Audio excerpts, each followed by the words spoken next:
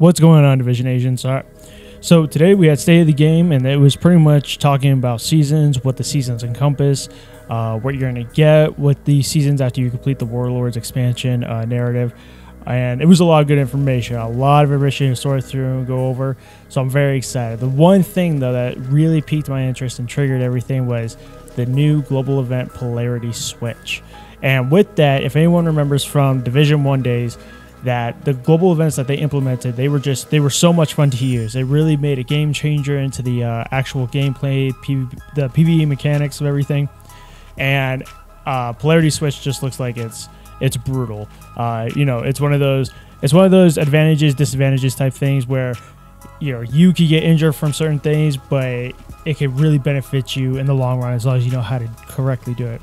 So what I'm going to do is I'm going to cut to the scene during State of the Game where Trick Dempsey and Yannick talk about the Polarity Switch global event. This is going to be the first global event that's going to happen after you complete the narrative of Warlords. After you hit level 40, that's when the season will start.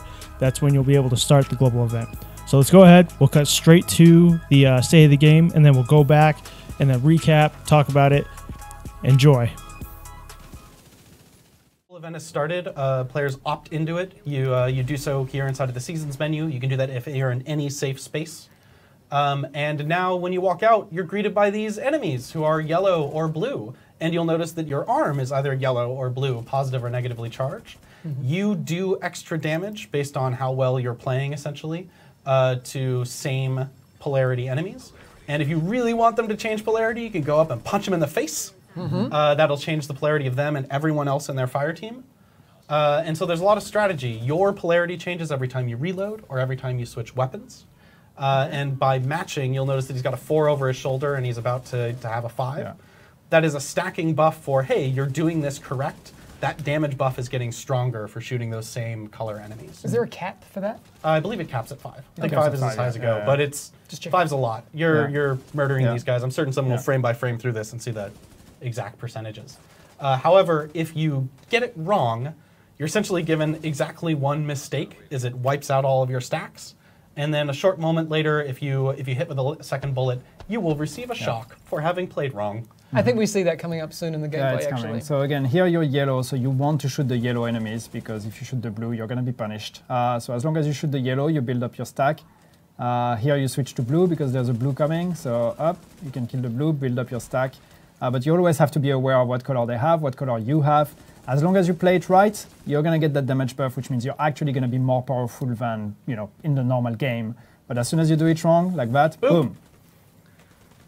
So very cool. Don't do it wrong. And it's really wild because this stacks really complexly with the with some of the directives, because one of the directives is ammo hoarders, and so you actually get a lot less ammo, and every time you reload, it dumps all of the ammo that was inside of your magazine, making this get very complicated very quickly unless you're being very, very aware. But directives are always opt-in. You can turn them on for just a mission or turn them on globally. And so it's a really complex and revitalizing way to like kick into the game. All right, so now that we have a better understanding of what Polarity Switch global event is going to entail, let's just go over quickly about what to expect from the challenges and everything in between regarding this global event.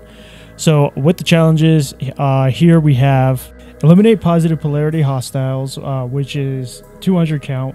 Eliminate negative polarity hostiles with headshot kills. Eliminate negative polarity hostiles with the polarity damage buff active.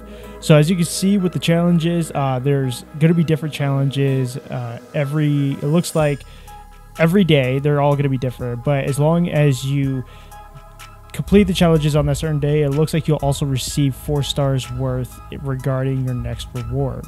So let's talk about rewards. Let's go over what we have here in front of us. So with the Polarity Switch rewards, it says complete goal event challenges to earn stars and increase your reward tier. Each reward tier you reach grants you a new reward. Rewards can be claimed here during the event. Any unclaimed rewards are moved to your mailbox once the event ends. So as you can see, there's different reward tiers. So we got 1 through 5 here on the screen. And the first reward that we have is magnetic, which looks like an emblem or a patch. And then we got crafting gear cache. We got the crafting weapons cache for tier 3. Season cache, which is tier 4, which has a bunch of different gear drops, random rolled gear drops, but it's nothing that is going to be game changing. It's just specific gear sets tied to the season. This includes the striker battle gear set, but again, it's nothing that's going to be actually detrimental to changing the game or having it be a pay to win, needless to say. So continue on, we got reward tier 5, we got the crafting brand cache. Tier 6, we have the named cache. Tier 7, we have another seasonal cache. Tier 8, we have a recal cache. And then Tier 9 is your exotic cache. Now, the exotic cache was a very big deal during global events, or even during the legendary missions for that matter, because it was a guaranteed exotic. That way, if you were missing a piece of exotic that you needed for your gear, for any types of weapons or anything like that, then you could farm, or not farm, but you would get the exotic caches once a week. In this case, it's for this season, as well as soon as the season ends, you'll get it again for the next season, so on and so forth. Now, with the exotic caches, though, the only thing that is not going to be in the exotic cache are any gear that is going to be locked behind the raid, and maybe a few other weapons, but that is only for time to tell. Other than that, if you need pieces of exotic gear or pieces of exotic weapons, then getting the exotic cache is going to help you fulfill your inventory, getting the gear and the resources that you're going to need. And then for the last tier, the reward tier, you'll get a backpack trophy. So there is a really good reason to grind out the polarity switch, or even any types of seasonal events that do come into play. There are 2 more seasonal events, Reanimation and Guardians, but we don't know any more information about those 2 global events. I'm sure in the next couple stated games we'll get a better idea, or even when it's closer to the time frame when those global events will start. But other than that, guys, I'm very excited for Polarity Switch. I'm very excited global events are back. This has been a requested feature ever since the Division 2 actually started, because once we reached endgame, there was really nothing to go about. But I am super excited for Polarity Switch. I hope you guys are too. If you are a returning subscriber, thank you for taking the time to watch this video. I greatly appreciate it. And for all my new agents, all my new subscribers, welcome. If you are just watching this, if you just found this video, you found this channel, please definitely subscribe. Don't be afraid to hit that subscribe button. Turn on notifications so you never miss another Division 2 video. If you like the video, leave a thumbs up. If you dislike the video, leave a thumbs down.